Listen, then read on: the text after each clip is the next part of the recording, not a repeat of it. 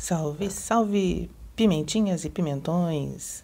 Este é o Café com Pimenta e eu sou a Jaquita. Sejam muito bem-vindos. Este canal conta com o apoio da Rede Unidos pelo Conhecimento. Lançada há mais de 4 décadas, as duas espaçonaves Voyager continuam expandindo nossos horizontes, tendo voado além dos planetas gigantes no final dos anos de 1970 e 1980. As Voyagers 1 e 2 estão agora bem além de todos os seus alvos planetários. Com a Voyager 1, 5 vezes mais distante do que Netuno, e a Voyager 2, não muito atrás disso. Cada dia é um novo recorde para a Voyager, disse o gerente de projeto da espaçonave Susan Dodd, do Laboratório de Jato Propulsão da NASA. Durante a última década, as duas espaçonaves alcançaram um novo reino, entrando no meio interestelar, o tênue material que preenche o vasto espaço entre as estrelas. Lá, as espaçonaves continuam a fazer novas descobertas. O campo magnético interestelar surpreendeu os pesquisadores tanto por sua força quanto por sua direção. E os novos dados até alimentaram uma controvérsia sobre a geometria e a atividade da heliosfera, o domínio magnético do Sol. A heliosfera tem a forma de um cometa, como há muito se supõe, ou será que é mais esférica? Ela se expande e se contrai quando as manchas solares aumentam e diminuem, ou é mais estável? A espaçonave ofereceu algumas pistas tentadoras. A Voyager 2 deixou a Terra em 1977, seguida pela Voyager 1. Elas não foram as primeiras espaçonaves a alcançar o mais próximo dos planetas gigantes.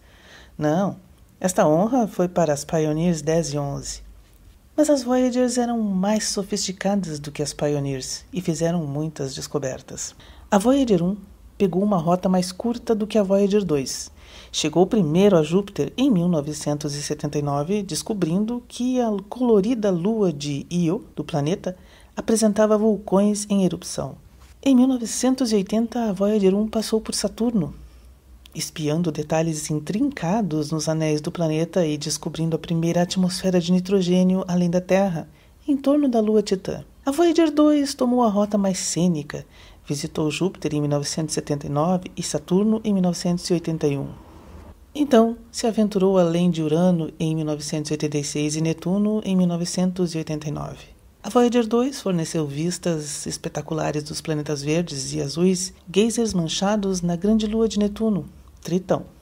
A nave espacial seguiu seu caminho rumo ao espaço interestelar. Como os astrônomos definiram, o meio interestelar começa onde o vento solar, o fluxo de saída de partículas carregadas do Sol, termina. Esse gás ionizado, ou plasma, pressiona contra o plasma interestelar mais frio e denso que flui ao seu redor, como uma pedra obstruindo a água em um riacho. A cavidade esculpida pelo Sol é chamada de heliosfera, e sua borda de heliopausa, assim como o topo da troposfera da Terra, é chamado de tropopausa. Quando a Voyager foi lançada, não se sabia que distância estava a heliopausa, disse o pesquisador da Voyager, Don Gurnett.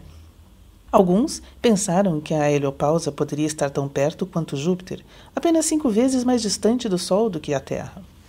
À medida que as espaçonaves aceleravam para fora, as estimativas da distância até a heliopausa continuavam aumentando. Certamente não foi em Júpiter, ou Saturno, Urano ou Netuno.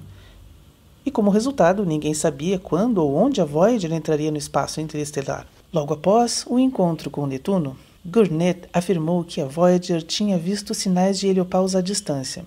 Em julho de 1992, as duas Voyagers começaram a detectar fortes ondas de rádio em frequências entre 2 e 3 kHz. Gurnett e seus colegas atribuíram essas ondas de rádio a 6 grandes chamas que romperam no Sol mais de um ano antes. Os pesquisadores disseram que o plasma ejetado durante as erupções atingiu a heliopausa, fazendo com que os elétrons oscilassem e emitissem ondas de rádio.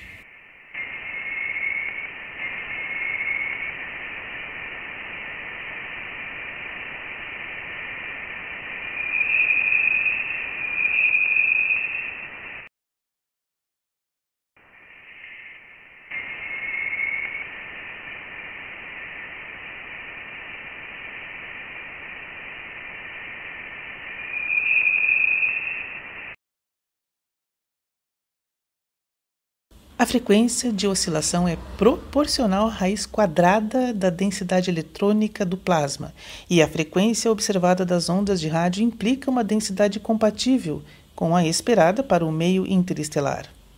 Embora tão tênue que passaria por um vácuo perfeito na Terra, o meio interestelar local é muito mais denso do que a heliosfera externa. Além disso, saber a velocidade aproximada do material solar de saída e o tempo que levou para atingir a fronteira revelou a distância da heliopausa do Sol, entre 116 e 177 unidades astronômicas. Lembrando, uma unidade astronômica é a distância média entre a Terra e o Sol. A afirmação de Gournay foi controversa, no entanto. Ele disse: francamente, as pessoas ouviram minhas palestras com educação. Acho que sou um cientista bastante respeitado, mas ninguém acreditou em mim. Alguns riram dele. Por outro lado, ninguém nunca tinha visto tais ondas de rádio antes, e muitos pesquisadores duvidaram da explicação de Gournay para os sinais. Sua medição significava que a heliopausa estava tristemente distante. Em comparação, Netuno está a apenas 30 unidades astronômicas do Sol e, em média, Plutão está a cerca de 40 unidades astronômicas do Sol. Ninguém queria ouvir que teríamos mais 20 anos pela frente antes de chegarmos à heliopausa, disse Gournay. A previsão até mesmo colocou em perigo as próprias espaçonaves, porque se o próximo grande objetivo estivesse realmente tão longe, elas poderiam ser desligadas para economizar dinheiro. No final das contas, a espaçonave sobreviveu. A Voyager 1 disparou através da heliopausa em 25 de agosto de 2012 a 121,6 unidades astronômicas. Isso é cerca de 4 vezes a distância de Netuno e exatamente em linha com a previsão de Gournay, 2 décadas antes. Mas a espaçonave foi tão polêmica que a NASA só anunciou a realização 13 meses depois. Ainda assim, a Voyager 1 viu alguns indícios de que havia cruzado a heliopausa. Partículas de alta energia do Sol desapareceram, um provável sinal de que o resto do vento solar também havia ficado para trás. Além disso, os raios cósmicos de além do sistema solar, que a heliosfera bloqueia parcialmente, se intensificaram após a passagem da Voyager. Esses sinais, por si só, no entanto, não conseguiram convencer muitos pesquisadores. Houve 2 problemas. Primeiro, o instrumento de plasma da Voyager 1 parou de funcionar.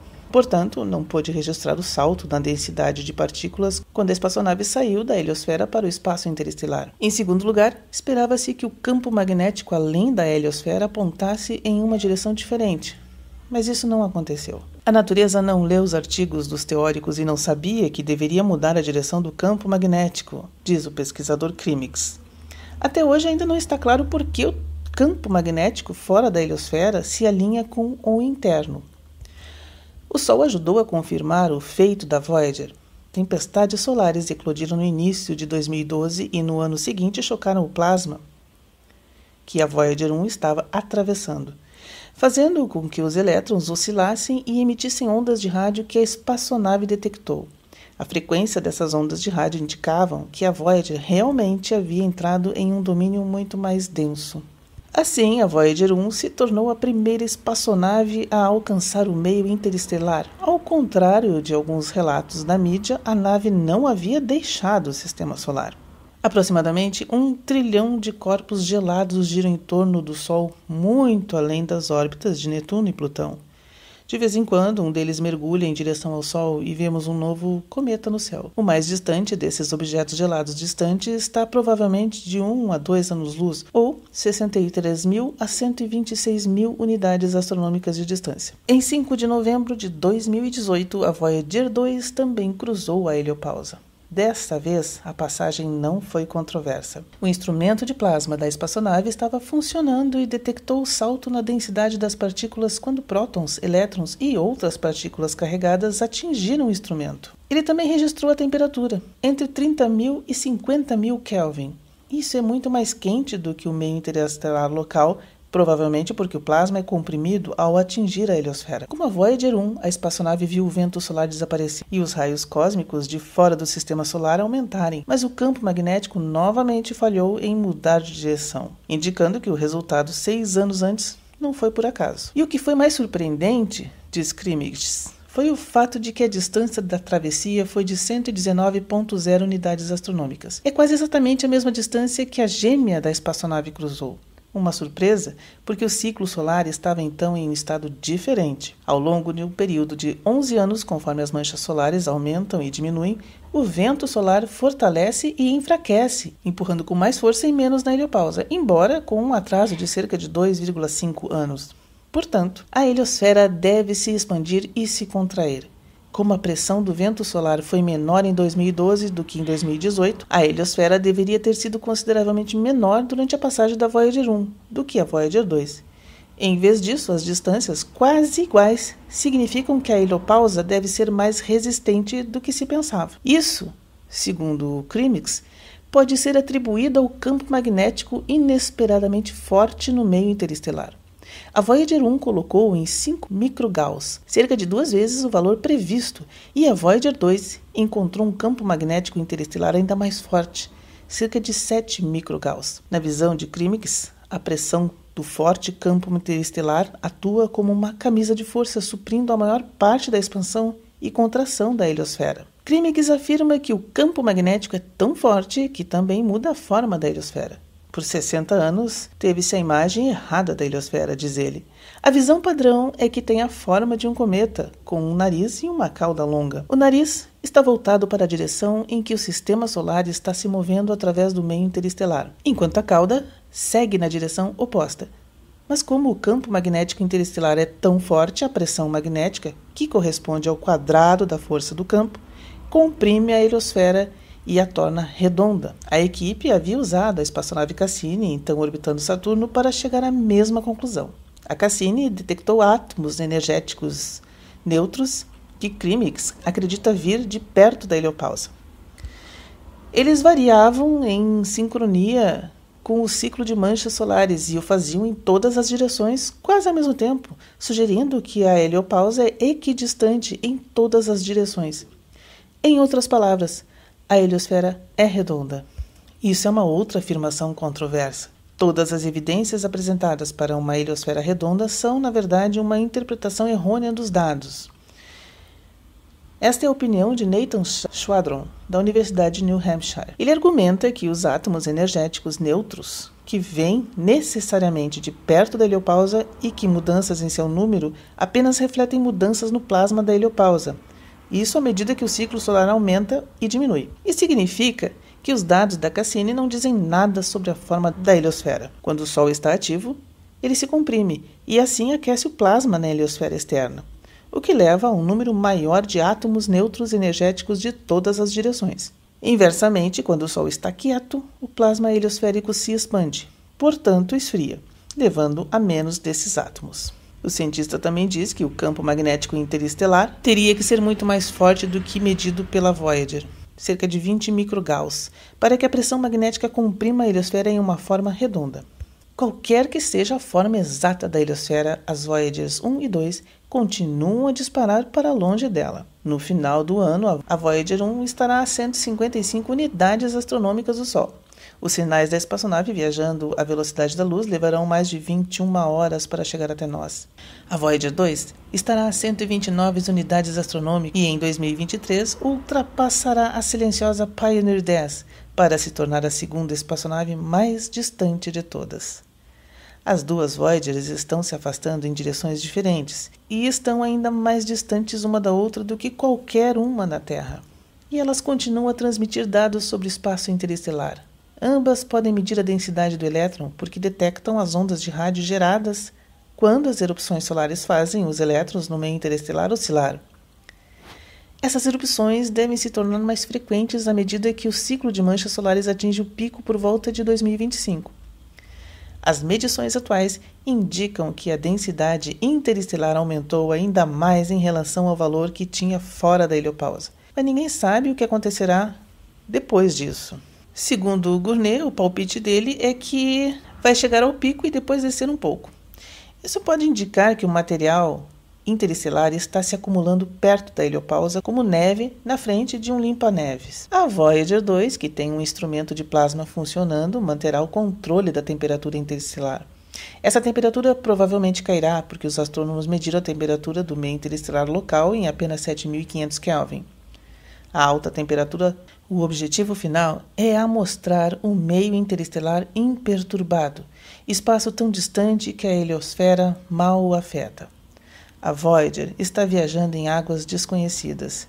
Está em um local onde nenhuma missão foi antes e provavelmente nenhuma missão irá por décadas. O meio interestelar é de interesse dos astrônomos em parte porque é o local de desova das estrelas, bem como o lugar onde elas depositam elementos químicos recém-formados, que as gerações futuras de estrelas e planetas herdarão. Além disso, os astrônomos devem perscrutar através do gás interestelar e da poeira e corrigir seus efeitos para estudar estrelas e galáxias. Embora os pesquisadores usem telescópios terrestres em órbita terrestre para observar o meio interestelar de longe, as duas espaçonaves fornecem dados únicos sobre sua densidade, temperatura e o campo magnético por estar realmente dentro dele. Isso é muito importante.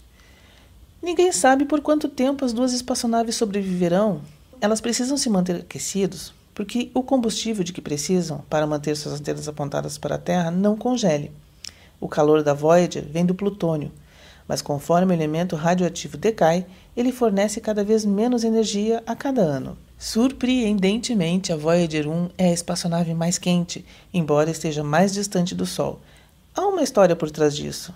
Depois que a NASA lançou a Voyager 2, os engenheiros notaram que estava mais frio do que o esperado. Então, antes de lançar a Voyager 1, eles adicionaram mais isolamento para mantê-la aquecida. Esse calor extra pode muito bem prolongar a vida da espaçonave, e como o instrumento de plasma da Voyager 1 falhou, esse instrumento não consome energia, deixando mais para aquecer a espaçonave. Como resultado, a Voyager, que está explorando uma região mais distante e, portanto, provavelmente mais interessante do espaço, pode continuar a retornar dados mesmo depois que o parceiro ficar em silêncio. E se chegarmos até 2027, então se passará 50 anos desde que a Voyager foi lançada. E essa é a esperança. 2027 ou o fracasso total. E aí, galera, quanto tempo mais essas espaçonaves vão durar? E o que será que elas podem vir a descobrir com o pouquíssimo que lhes sobra de combustível e instrumentos a bordo? Elas são fantásticas. Este foi o vídeo de hoje. Eu espero que tenham gostado. Um abraço a todos e até o próximo vídeo.